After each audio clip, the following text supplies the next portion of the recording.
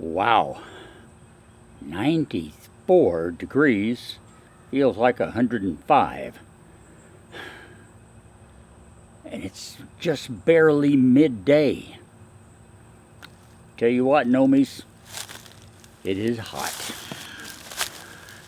Welcome back. Thanks for joining us again here on the MT and Me.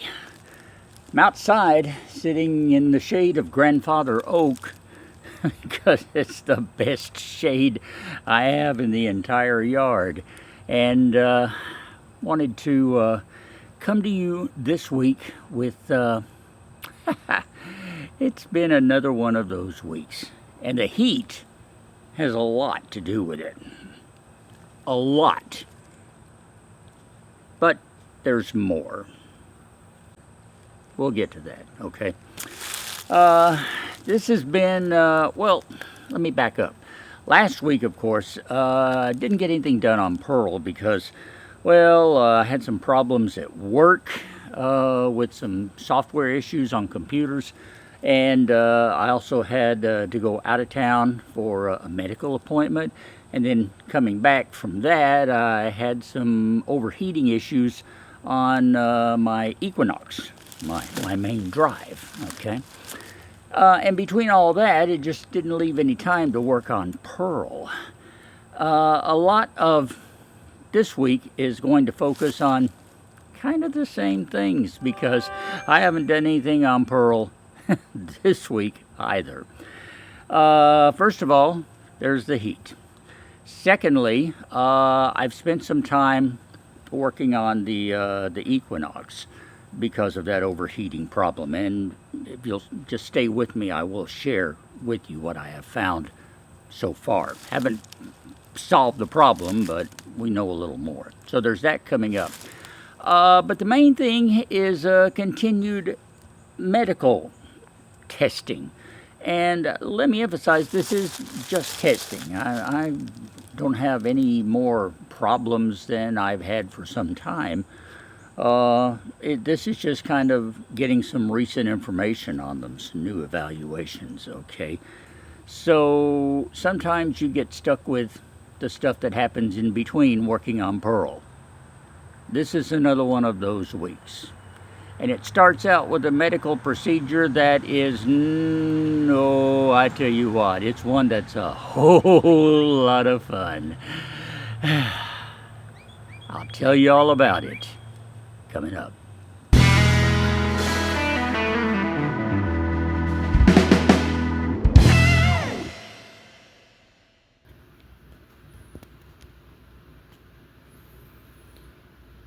Well, look. Yet another needle in my hand.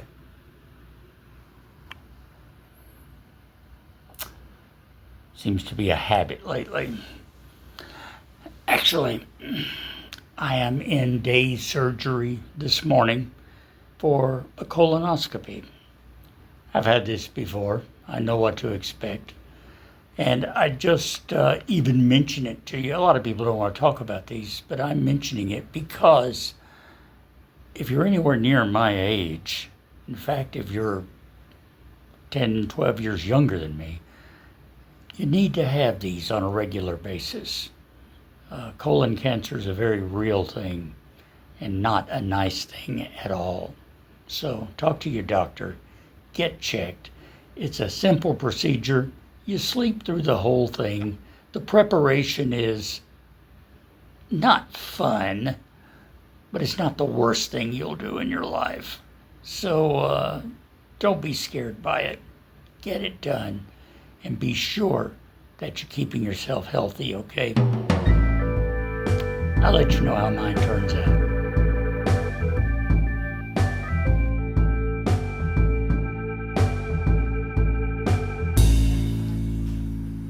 All right, all done. Whole procedure took about 25 minutes. I don't remember a thing. But they tell me everything went well. I had, in addition to the colonoscopy, endoscope down the throat, just to check and see things there as well. I feel okay. A little bit of brain fog. But hey, they got me some water and some peanut butter and crackers, which is like first thing I've eaten in a little over 2 days. So I think I'm going to enjoy that right now. Sounds good. So, long story short, the colonoscopy was good. It revealed no additional problems, and at my age, I should not ever have to have another one of those again. That is a nice, happy thought. However, I should point out that in addition to the colonoscopy, they also did what's called an EGD. That's an endoesophageal gastroduodenoscopy, something like that. You see why they call it an EGD. They put a camera down your throat, look at your esophagus and your stomach. Okay, so they checked that out because I have frequent problems with acid reflux, heartburn, things like that. So I said, let's see if anything's going on.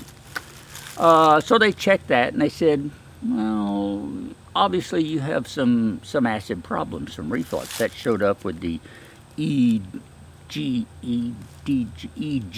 it is, EGD. It revealed that.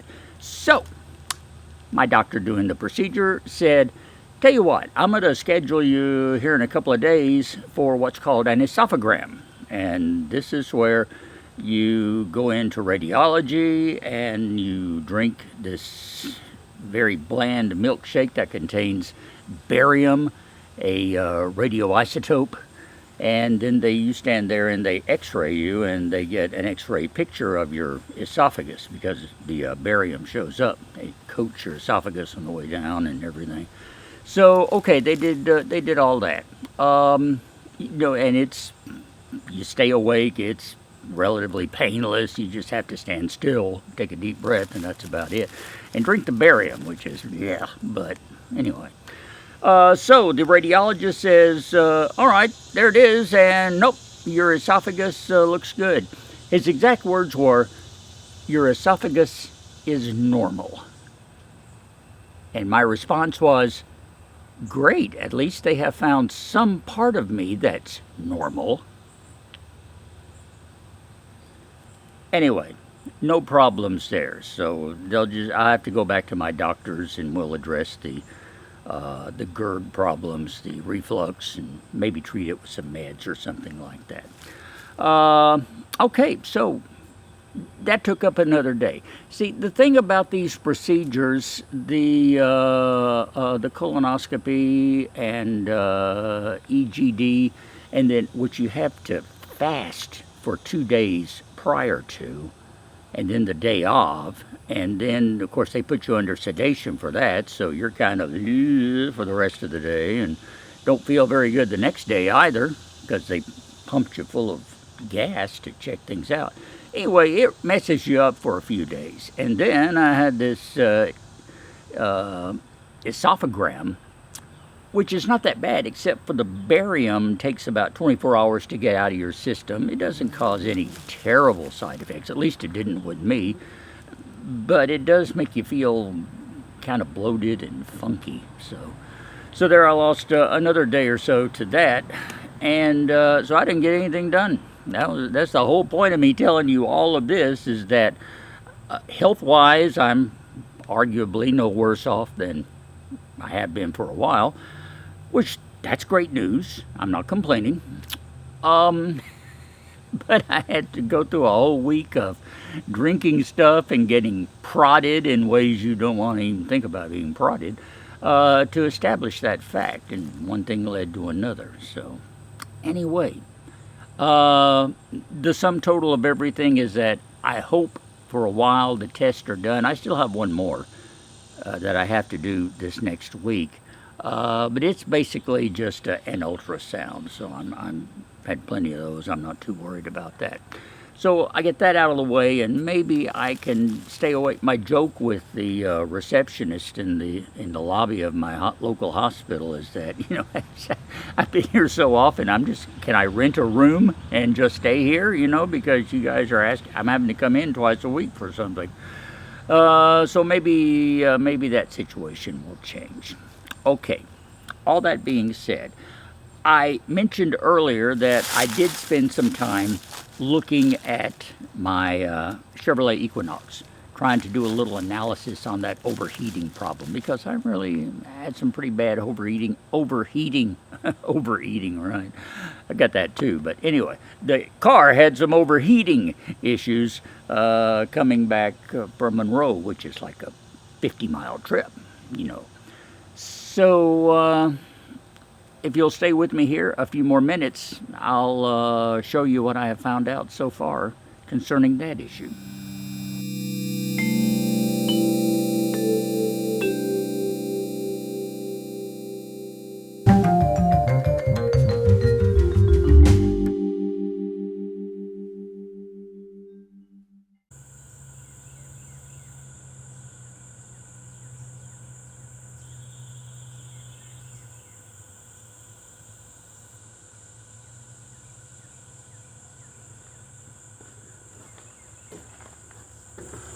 Alright, Nomies, it's time for another segment of the MT and me and the Equinox. Now, if you saw the last episode, you know we had some overheating issues coming back from a trip to Monroe last week. It got pretty hot enough that I had to pull over a couple of times and do a little cool down cycle, but we did finally make it home. And next day, when I got up to drive to work, it was cool like it should be. Everything seemed fine. But before I made it into my work location, which is about 3 miles, something like that, it was getting hot. So yeah, there's an issue here. So we are out here under the hood, nice cool engine. First thing we're going to do is look at the coolant levels here. I always have trouble getting this knob loosened, so keep pliers handy just in case. Now, I really am not anticipating this to be low because, well, I just don't think it is. I added coolant to it in the trip home the other day, so I kept topping it off, which implied it was losing a little, or it was lower than I thought in the first place. Could be one way or the other. One of the things I guess don't particularly care for, and it's on the Equinox and it's on a lot of other vehicles too. This cap right here on your coolant reservoir is your only access to the engine cooling system. There is no radiator cap that you can take off and look down in the radiator and see what kind of level is in there. I miss that. I grew up with cars that had that, and that's the way you would add coolant or check on your coolant. Oh, you still had a reservoir in case it got hot and boiled over. That's all right. I got no problem with reservoirs, but I sure would like to be able to look into the radiator. For some reason, they don't design them that way anymore. I'm not an auto engineer, so I can't explain why, but they don't. I can tell you that on this right now, I can barely touch the coolant with my finger all the way in. It's just barely wet. So it is technically at the level it should be cold. So I brought my antifreeze out here But I honestly don't think I'm going to add any. Not right now. Because it shouldn't need it.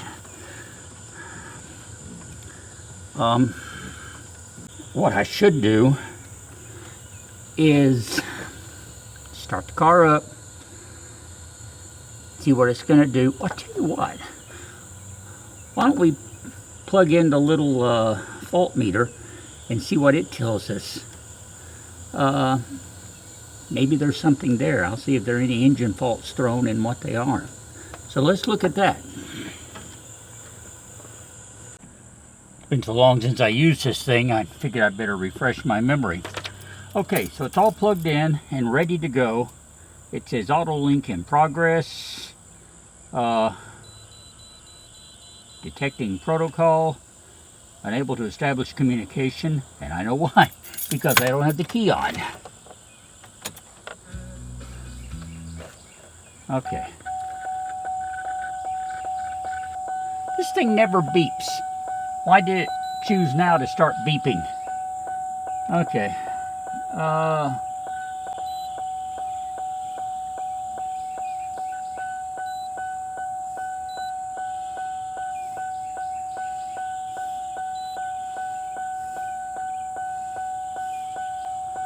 Okay, there's a P04.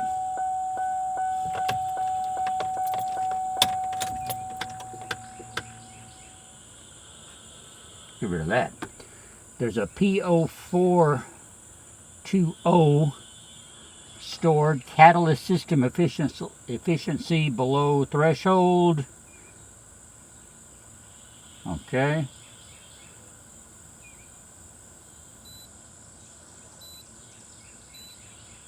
Fault may pose damage to components and should be repaired as soon as possible.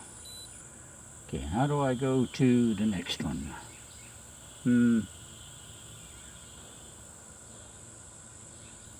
Oh, great. I just erased everything. This is what I get for not being professional. I tell you what, let's start this motor. We have to start it for that. First of all, my temperature looks just fine. I'm looking for anything that might give me engine temp, but I'm not seeing that. It should be here. It's raising up. It's up to about what I'd call a normal level now. Vehicle speed 0. That's good to know, since I'm sitting here in neutral with the doors open, parked with the doors open. Here's something, CATTE 11, 835 degrees, 34 Fahrenheit. That can't be right. It's going down, whatever that is, which is good. Reading that kind of, the engine doesn't run at that temperature. So, ambient temp is 88 degrees. Really? Okay. My little sensor up here in the rearview mirror says it's 84. Humidity is about 110% because I'm sweating like crazy.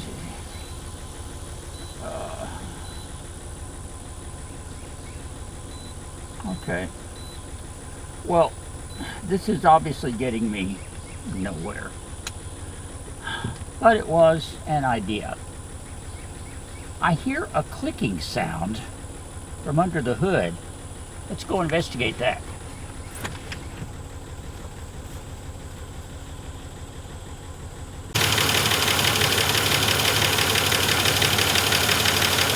Okay, I know you hear that.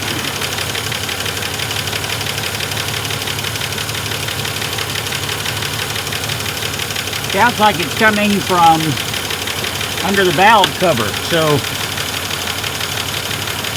this overhead camper, they have lifters? I don't know. That's something to check out. What that clicking sound is, and it's obviously linked to the rotation of the engine. which is not that direction, it goes this direction. So anyway, something else to check. Let's look at that temp gauge again. Well, so far, it's not running hot. It's about what I consider a normal level for it. I don't know how long it would stay there if I got out on the road, or if I just let it sit here and idle, which I really don't have time right now to do either one. So I think we're gonna turn her off, unplug the ODB indicator, which didn't do me a lot of good this time, but I'll drive her to work again and see what happens. So I drove to work the next morning. It was hot by the time I got there. I'm not sure what to do next. My worst fear is that I might have some engine block or head gasket issues. That code, that P0420, I think it was, indicates that your catalytic converter is not doing its job, that it is either damaged or is getting damaged, or is getting hot. Anyway, it has to do with a reading from the exhaust gas compounds. Now, several things can hurt or destroy the catalyst in the catalytic converter. One of those things is getting moisture, coolant into the exhaust system. The catalyst, it starts tearing it down very quickly. That, of course, happens when you have a leaky head gasket or a crack in the head itself, or the engine block. I'm not saying that's what's going on, but it is a strong possibility. Now, to be truthful, there are several other things, much less serious, that can cause that code to be thrown from your catalytic converter. So there are other things to consider too, but that head gasket issue is probably the most serious. And based on my car being 20 years old and the fact that it's got high mileage, it's not worth it to fix a head gasket. That's just not cost effective. So I'd be looking at replacing the vehicle if that is the case. I don't know right now, but I will certainly keep you up to speed on it here because I've made an appointment to have some mechanics look at it next week and see what they can figure out. I'll let you know. In the meantime, I'm driving very cautiously and for very short distances at a time. So there's that. This is the second week in a row that I've been focusing vehicle-wise more on the Equinox than on the MT. I just want to make a statement here. The MT and the Equinox are very different vehicles. They are separated by 30 years of automotive technology.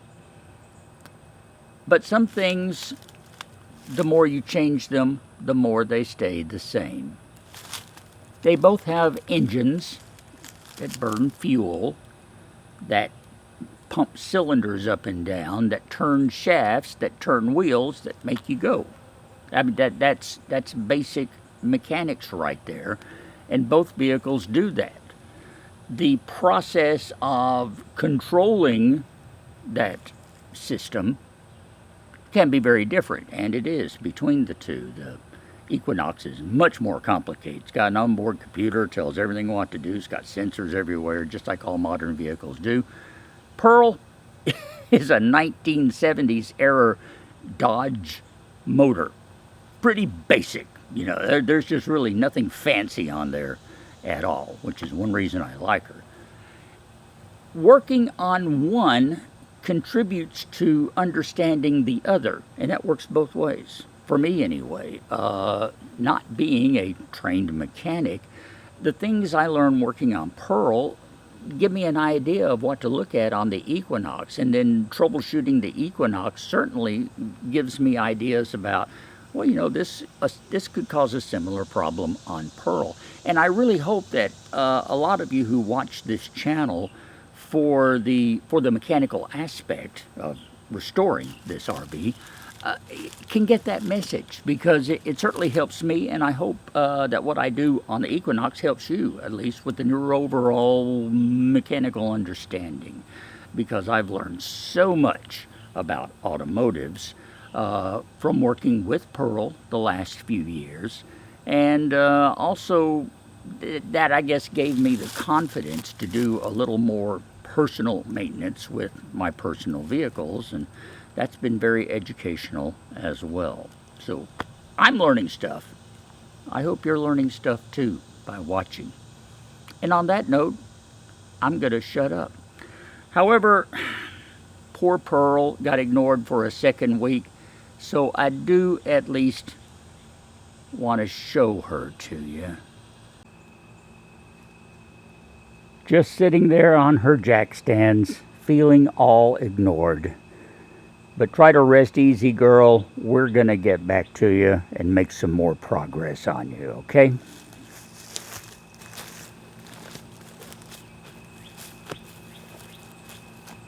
Maybe next week. Let's hope so. Till that time comes, I'm Russ. I love you, my nomies. Subscribe if you haven't already. Give me a thumbs up and join me next time around here on the MT and Me. We'll talk later.